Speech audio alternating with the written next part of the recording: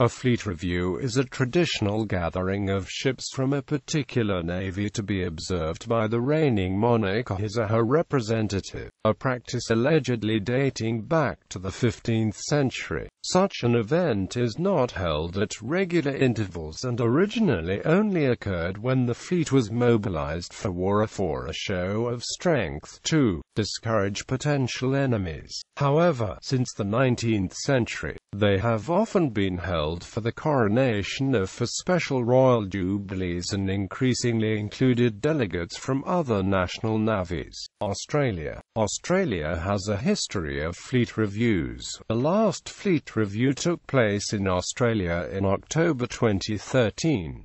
Port Phillip Royal Review, 1921, reviewed by Prince Edward, Prince of Wales. Royal Australian Navy 25th Birthday Review, 1936. 50th Year Review, 1961. The 75th Fleet Review, 1986, led by Us, Missouri. The fleet was reviewed by Prince Philip, Duke of Edinburgh. Bicentennial Naval Salute, 1988, led by Us, New Jersey. Centennial Naval Review 2001, cancelled due to terrorist attacks in the United States.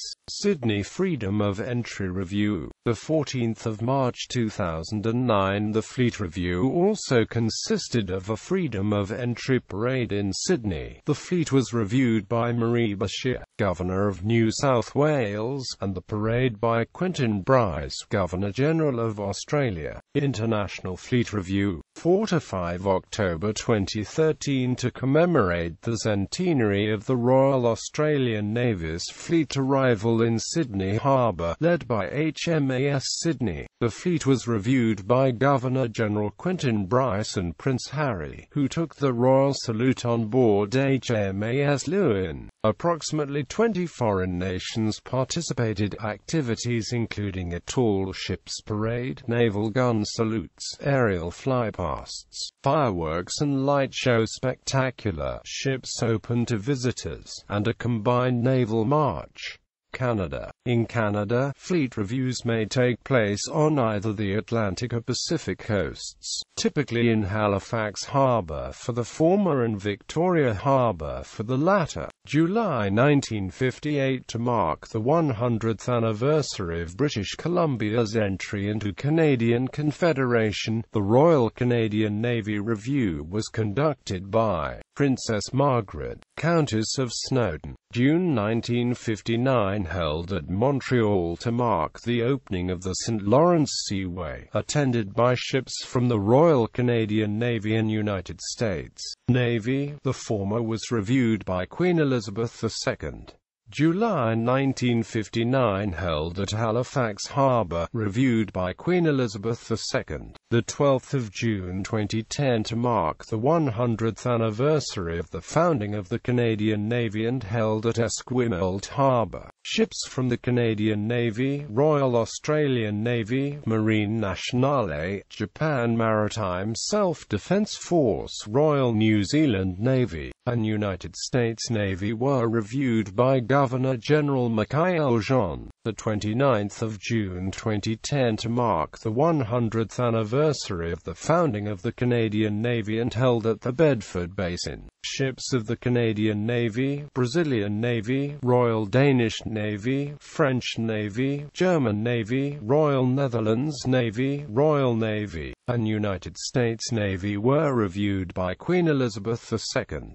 United Kingdom. Because of the need for a natural, large, sheltered and deep anchorage, UK fleet reviews have usually been held in the Solent off Spithead, although Southend, Torbay, the Firth of Clyde and some overseas ports have also hosted reviews. In the examples below, the venue is Spithead unless otherwise noted. A list follows of fleet reviews in England, Great Britain, and later the UK since the 14th century. Medieval June 1346, Edward III, before sailing to war with France. 1415, generally acknowledged as the first fleet Fleet Review on record by Henry V at Southampton, before sailing for his first French campaign that ended in the Battle of Agincourt. Stuart, May 1662, Charles II on the occasion of his wife Catherine of Braganza's arrival in Portsmouth. February 1693, William III and Mary II after the battles of Barfleur and Le Hougue, 1700 to 1837. March 1700, on Peter the Great's visit to England, a show of strength. 23 to 27 June 1773, King George III set out from Kew in a royal coach with scarlet outriders, for what some call the first formal royal review. On his arrival he was saluted by a triple discharge of cannon, and proceeded to the dockyard where admirals and captains were assembled, each with his barge, to escort the king to Spithead. They had dressed the crews in fancy colours, each to his own taste, whilst they themselves were resplendent in the full dress designed for them by George II in 1748. The ships on show were those that had fought the French in the 7 Years' War and were soon to join the War of American Independence, and were led by HMS Barfleur of 90 guns, built only 5 years before. May 1778, George III, before France joined American War of Independence. 1781, June 1794, after glorious 1st of June. The 25th of June 1814, the last to consist solely of sailing ships. It was to celebrate the Treaty of Paris, and to show the Allied sovereigns, including the Tsar of Russia and the King of Prussia, the tremendous naval armaments which has swept from the ocean the fleets of France and Spain and secured to Britain the domain of the sea. 15 ships of the line and 31 frigates were present, all of them veterans of the Napoleonic Wars. It was reviewed not by George III but by the Prince Regent. September 1820, George IV First Coronation Review. One ship in attendance was HMS Beagle, later made famous by Charles Darwin. Queen Victoria 17 occurred during her reign, the most for any monarch. March 1842, her first, held by herself and Prince Albert as a Grand Naval Review. 1844, May, visit of the King of Saxony, and October on the visit of Tsar Nicholas I, King Louis-Philippe of France and Friedrich Wilhelm IV of Prussia. Both were a show of strength. The 19th of June 1845, inspecting the experimental squadron from the new HMY Victoria and Albert, the Board of Admiralty attended in the steam yacht the Black Eagle. Some place this not 1814 as the last time that a royal review consisted only of sailing ships, and nearly the last time that the Queen could watch HMS Trafalgar's men run aloft and set the sails with feline agility and astonishing celerity. The 11th of August 1853, fleet mobilization for Crimean War, including for the first time steam screw ships of the line. The 10th of March 1854.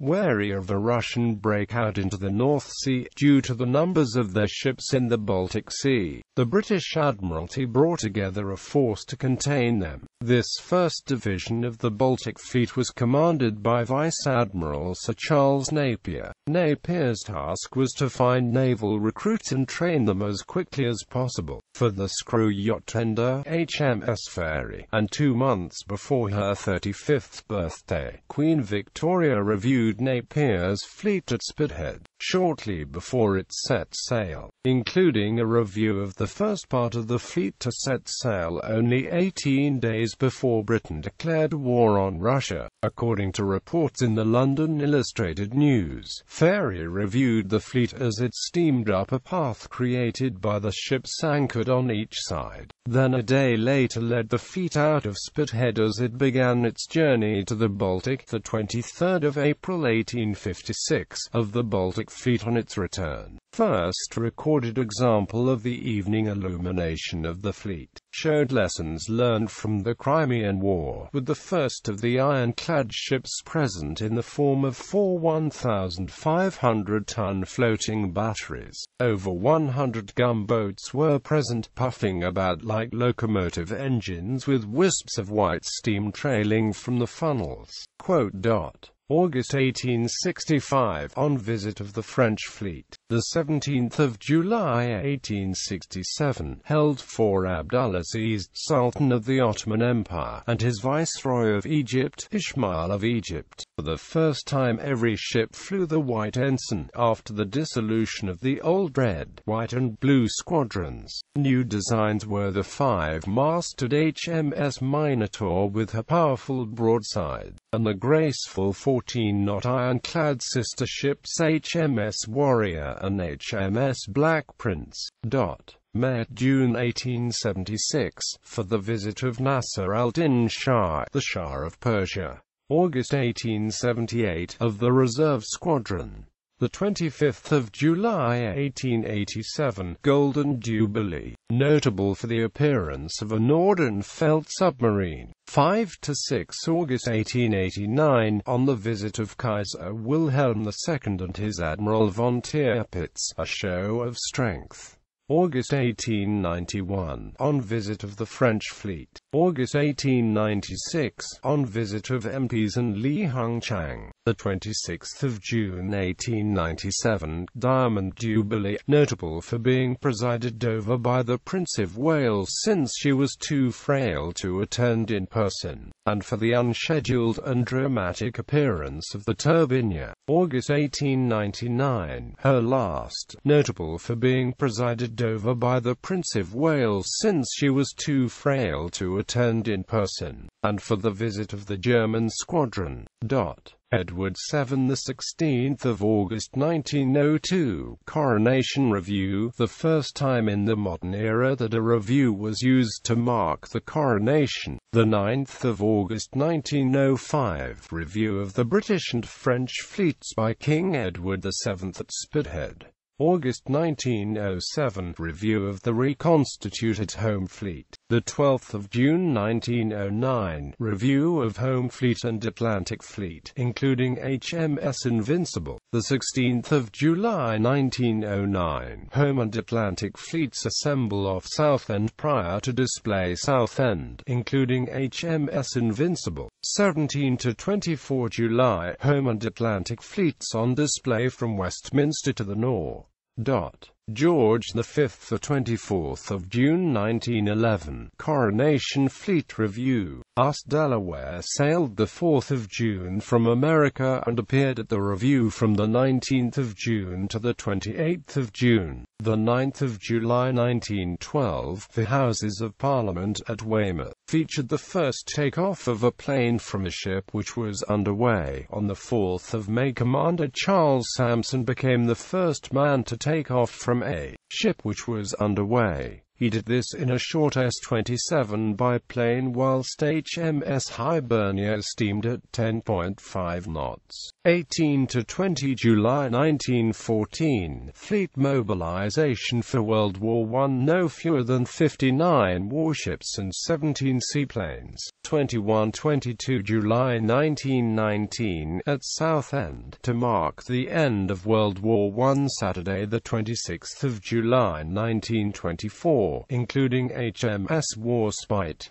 The 16th of July 1935, Silver Jubilee, 160 warships including HMS Revenge, D.L. Davenport, at the time a young cadet serving on board HMS Iron Duke, noted his impressions of this event in his diary.